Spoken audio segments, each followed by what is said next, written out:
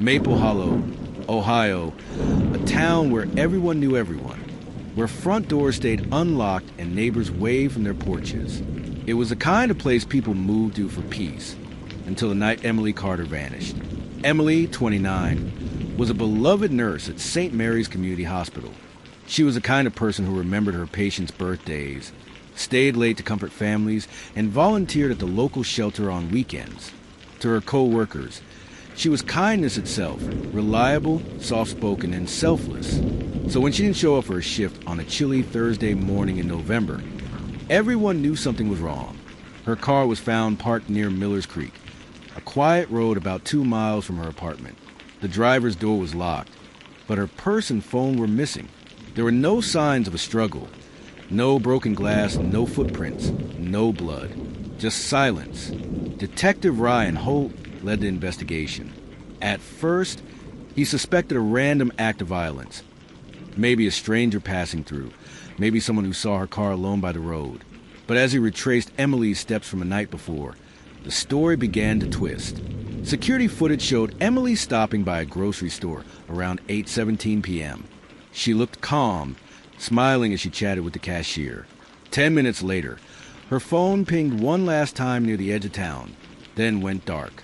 Holt interviewed everyone, co-workers, neighbors, friends. They all said the same thing. Emily didn't have enemies.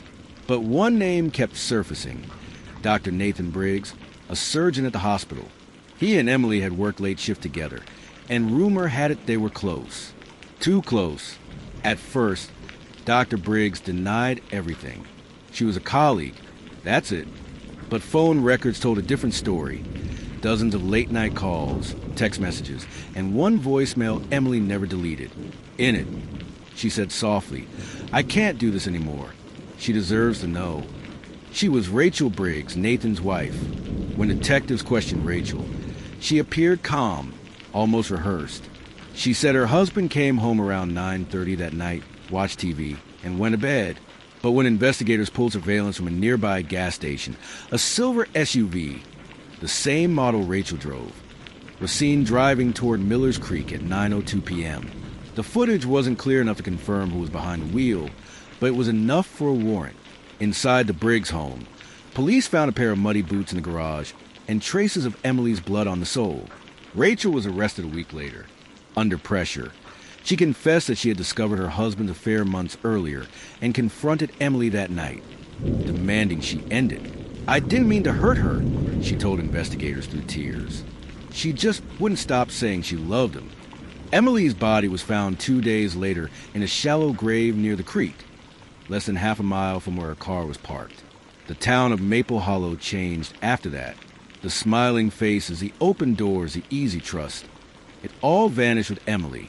At her memorial, Detective Holt stood quietly at the back, thinking about how it all began.